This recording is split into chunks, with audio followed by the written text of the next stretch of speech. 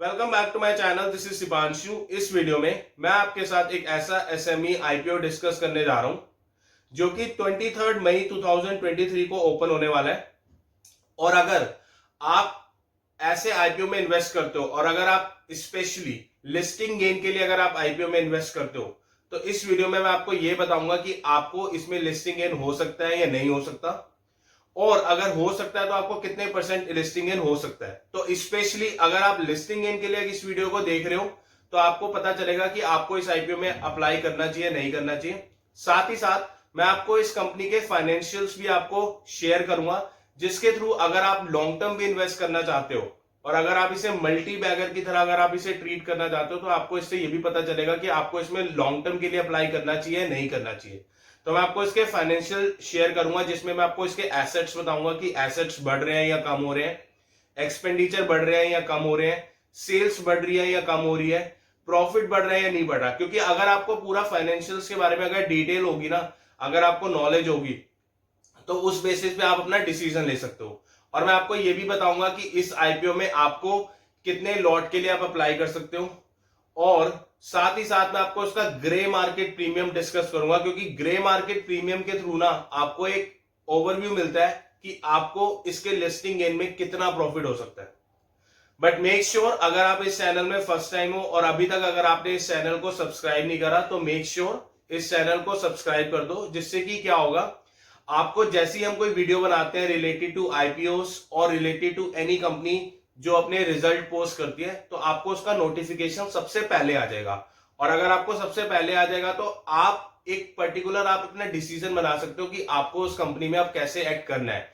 क्योंकि सबसे पहले अगर आपको नॉलेज मिलती रहेगी ना तो उस सिनेरियो में आपके जो स्किल है वो बढ़ते रहेंगे और आप अपना एक वाइज डिसीजन बना पाओगे। So let's get started. First of all अगर मैं इस आईपीओ के नेम की बात करूं तो इस आईपीओ का नाम है वासा डेंसिटी एसएमई आईपीओ। जो वासा डेंसिटी एसएमई आईपीओ है ना, इनका एक खुद का अपना पोर्टल है जो कि ई कॉमर्स का पोर्टल है, नाम है dentalcard.com। जो dentalcard.com है ना, ये बेसिकली क्या करता है, ये ऑनलाइन प्रोडक्ट में डील करता है। जैसे कि ई कॉमर्स का प्रोडक्ट है तो इसमें बेसिकली डेंटल से रिलेटेड प्रोडक्ट ये अपने लिस्ट करते हैं और ये अपने प्रोडक्ट को ऑनलाइन सेल आउट करते हैं। और इसमें से जो इनके जो प्रोडक्ट है ना, इनके more than 10,000 dental related product ये सेल कर रहे हैं। और साथ ही साथ इसमें से जो इनके 30 प्रोडक्ट है ना, वो बेसिकली इनके खुद के प्रोडक्ट है जिसके ये खुद ही मैन्युफैक्चरिंग कराते हैं थर्ड पार्टी के थ्रू और उसी को सेल करते हैं। और साथ ही साथ इनके जो 300 प्रोडक्ट है वो डोमेस्टिक एंड इंटरनेशनल ब्रांड है जिसमें वो डील कर रहे हैं। तो अगर मैं प्रोडक्ट रेंज की बात करूं तो प्रोडक्ट रेंज तो इनके 10,000 है, which is more than enough. और ये ई कॉमर्स के थ्रू सेल आउट कर रहे हैं। तो अगर मैं इसके फाउंडर की बात करूं तो इसके दो फाउंडर हैं। जो पहला जो फाउंडर है वो है डेंटिस्ट और जो सेकंड फाउंडर है वो है इंजीनियर। तो अगर मैं इसके फाउंडर्स की बात करूं तो फाउंडर्स तो इसके खुद ही बढ़िया है, क्योंकि इनको खुद की नॉलेज ही है। क्योंकि अगर वो डेंटिस्ट है तो उनको खुद ही पता है कि कैसे प्रोडक्ट सेल आउट हो रहे हैं। तो ऐसा कोई फाउंडर नहीं है जिसको उस पर्टिकुलर बिजनेस के बारे में नहीं पता हो और वो उस बिजनेस को कर रहा है। तो एज पर कि इसके जो फाउंडर है इनका बैकग्राउंड बहुत अच्छा है, क्योंकि डेंटिस्ट है और इंजीनियर जो है वो इनको मार्केटिंग में बहुत हेल्प करने वाले हैं।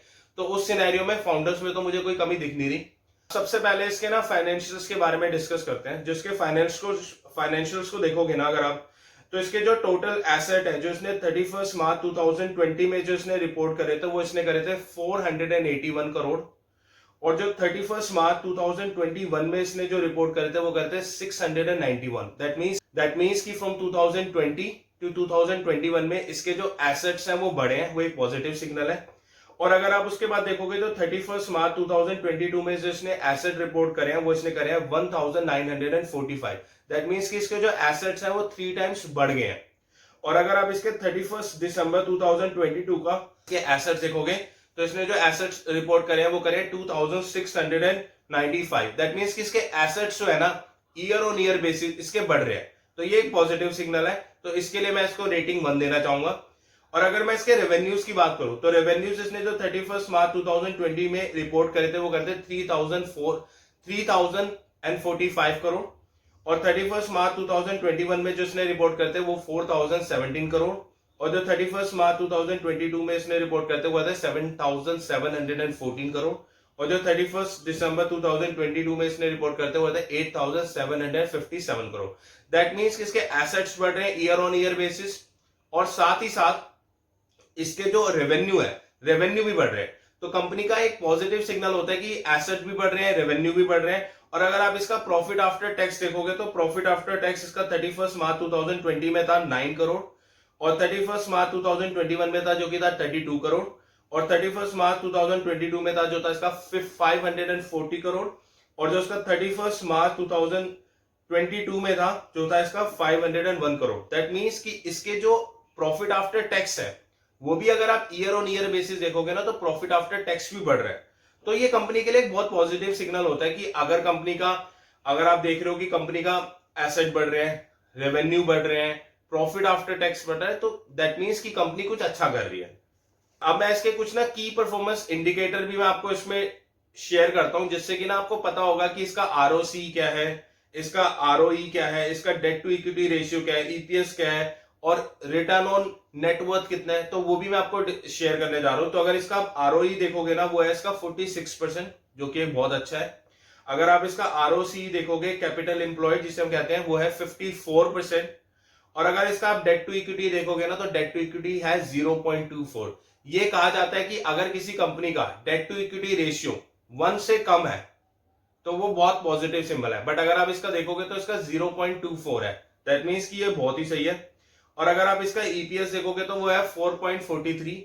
ईपीएस मुझे थोड़ा कम लग रहा है क्योंकि जो अगर, बट ईपीएस अगर मुझे जैसे कम लग रहा है ना, बट अगर आप इसका वो देखोगे बेसिकली पी इन रेशियो, तो इनको वैल्यूएशन बहुत अच्छी मिलेगी। क्योंकि क्या है, अभी जो कंपनी का जो प्राइस है वो इसका जो ऑलमोस्ट ये लिस्ट करेंगे 128 पे करेंगे। अगर आप 128 को डिवाइड करोगे 4.43 से, जो कि इसका ईपीएस है, वो ऑलमोस्ट इसका आएगा 29 के करीब। दैट मीन्स कि इसकी कंपनी को इसकी वैल्यूएशन बहुत अच्छी मिलने वाली है। और अगर आप इसका रिटर्न ऑन नेटवर्थ देखोगे तो वो है इसका 90%। दैट मीन्स कि इसके ROC, ROE, return on net worth, सारे जो इसके इंडिकेटर्स है ना वो भी इसके पॉजिटिव है। अच्छा, अब इसके ना साथ ही साथ हम ये भी देख लेते हैं, जो इसका सीएजीआर है वो इसका 59% बढ़ा है। जो कि पहले जो इसने रिपोर्ट किया था वो करा था इसने 30 करोड़ का, और अब जो इसने रिपोर्ट करा है वो इसने करा है 76.92 करोड़ का। तो इसका जो सीएजीआर है वो 59% से बढ़ा है।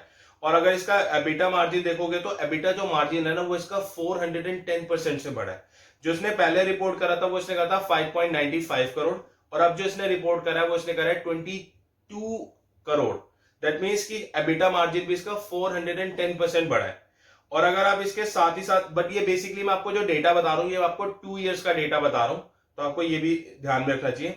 और अगर इसका आप ऑर्डर्स की देखोगे तो ऑर्डर्स जो इसने 2020 में जो इसने रिपोर्ट करे थे वो इसने करे थे 91,360, और अब जो इसने ऑर्डर रिपोर्ट करे हैं वो इसने करे हैं 2,12,000। दैट मीन्स कि इसका जो ऑर्डर है वो इसके 49% बढ़े हैं 2 साल के अंदर। तो अगर आप देखोगे कि कंपनी के ऑर्डर्स भी बढ़ रहे हैं, आरओसी भी बढ़ रहा है, आरओई भी बढ़ रहा है, return on, everything is going in a positive direction. तो एज पर फाइनेंशियल कंपनी बहुत अच्छी काम कर रही है। तो अगर आप लॉन्ग टर्म हो तो लॉन्ग टर्म में भी आप इसमें स्टे कर सकते हो। अब मैं ये, तो आपको इसमें मैं ये भी बता देता हूं कि कंपनी का अपर एंड लोअर प्राइस बैंड क्या है, कितना ये ऑफर ऑफ सेल है, कितना ऑफ ये ऑफर ऑफ इक्विटी है एंड ऑल दैट। तो सबसे पहले अगर इसके प्राइस बैंड की बात करो तो प्राइस बैंड जो इसका है वो इसका है 121 टू 128। और अगर इसकी मैं बात करूं कि कंपनी कितना कैपिटल रेस कर रही है, वो ऑलमोस्ट कर रही है 54 करोड़ का, जिसमें से 14 करोड़ जो है वो ऑफर ऑफ सेल है, और जो 40 करोड़ है वो है इसका फ्रेश इक्विटी। और अगर मैं बात करूं कि इनको कंपनी कैपिटल की क्यों रिक्वायरमेंट है, तो जो फ्रेश जो ऑफर ऑफ सेल है जो कि 14 करोड़ है, वो तो ऑलमोस्ट इसके जो प्रीवियस प्रमोटर्स हैं जिन्होंने इन्वेस्ट कर रहा है वो इसका ले लेंगे, वो अपना स्टेक डाइल्यूट कर रहे हैं। बट जो 40 करोड़ का जो आईपीओ, जो 40 करोड़ का फ्रेश ऑफ इक्विटी है, वो बेसिकली अपने कैपिटल रिक्वायरमेंट को मीट करने के लिए ले रहे हैं। दैट मीन्स कि वो बिजनेस में इन्वेस्ट करेंगे और अपने जो प्रोडक्ट की, जो अपनी वेबसाइट की जो विजिबिलिटी को एनहेंस कर रहे हैं। तो ये एक अच्छा पॉजिटिव है कि कंपनी जो अपना पैसा जो रेस कर रही है ना वो कोई डेट में पे नहीं कर रही, वो बेसिकली कंपनी को ही बिजनेस को एक्सपेंड करने के लिए लगा रही है। और इसकी जो अगर मैं बात करूं कि इसका जैसे जैसे जैसे कि मैंने आपको बताया कि ये 23 से 25 तक ये ओपन रहेगा। 30 दिसंबर की इसकी जो है बेसिक अलॉटमेंट आपको पता चल जाएगी। 31 को आपको रिफंड हो जाएगा। 1 जून को आपको इसके जो शेयर है वो क्रेडिट हो जाएंगे अगर आपको अलॉटमेंट मिलती है, और 2 जून 2023 में इसकी लिस्टिंग हो जाएगी। अब मैं बात करता हूं कि स्पेशली फॉर लिस्टिंग गेन कि आपको इसमें लिस्टिंग गेन होगा या नहीं होगा, क्योंकि मेरे को पता है कि इसमें से कुछ व्यूअर्स तो यही है जो लिस्टिंग गेन के बारे में ही जानना चाहते हैं, तो मैं आपको वो भी बता देता हूं। तो लिस्टिंग गेन की अगर मैं बात करूं, इस कंपनी में जो अभी इसका ग्रे मार्केट प्रीमियम चल रहा है वो इसका चल रहा है 40%। दैट मीन्स कि अगर सब्सक्राइब अच्छा होता है, अगर 3 to 4 टाइम्स अगर सब्सक्राइब जाता है, जो कि मेरे को लगता है कि पॉजिटिव है कि वो जाएगा ही जाएगा, क्योंकि कंपनी के फाइनेंशियल्स बहुत अच्छे हैं, तो इसमें आपको 40% का ना आपको इसमें लिस्टिंग इन हो सकता है। तो आपको जो कैपिटल रिक्वायरमेंट की जो जरूरत पड़ेगी वो जैसे मैंने आपको बताया कि इसका जो एक लोट है वो 1000 शेयर का है और इसका जो प्राइस बैंड है वो 121 से 128 का है। तो अगर आपको 128 पे अगर आप अप्लाई करते हो तो आपके पास जो कैपिटल होना चाहिए वो होना चाहिए 1,28,000।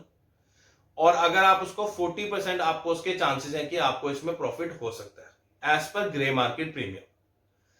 बट मैं आपको रेकमेंड करूंगा कि आपको ना फर्स्ट डे में अप्लाई नहीं करना चाहिए, आपको सेकंड डे का वेट करना चाहिए और आई वुड से कि थर्ड डे में आप अप्लाई करो, जिससे ना आप गूगल में ये भी चेक करते रहो कि आपको ना इसकी ये कंपनी के जो आईपीओ जो सब्सक्राइब हो रहे हैं या नहीं हो रहे। अगर इंस्टीट्यूशन सब्सक्राइब कर रहे हैं, जो FIIs है, अगर वो कर रहे हैं और आपको डेटा आपको साथ ही साथ आपको न्यूज में आता रहेगा और आप इस चैनल को जैसे आपने सब्सक्राइब कर रखा है तो आपको उसकी नोटिफिकेशन आ जाएगा, तो मेक श्योर आप इस चैनल को सब्सक्राइब तो कर ही लेना। तो आपको ना उस बेसिस पे ना आप डिसीजन लेके आप इसमें आईपीओ में अप्लाई कर सकते हो। तो सेकेंड और थर्ड डे में अप्लाई करो। अगर सब्सक्रिप्शन भी बढ़ रहा है कि 3 to 4 टाइम्स अगर आईपीओ में अप्लाई करें तो आप इसमें अप्लाई कर सकते हो। But make sure before you invest any money, आपको अपने फाइनेंशियल एडवाइजर से या जिससे भी आप कंसल्ट करना चाहते हो उससे कंसल्ट करके आप इस आईपीओ में अपना कैपिटल इन्वेस्ट कर सकते हो।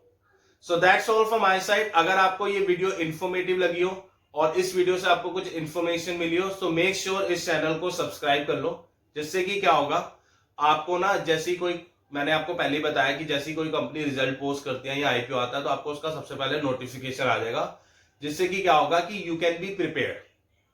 So that's all from my side. Thank you very much and I'll see you in the upcoming video. That's all.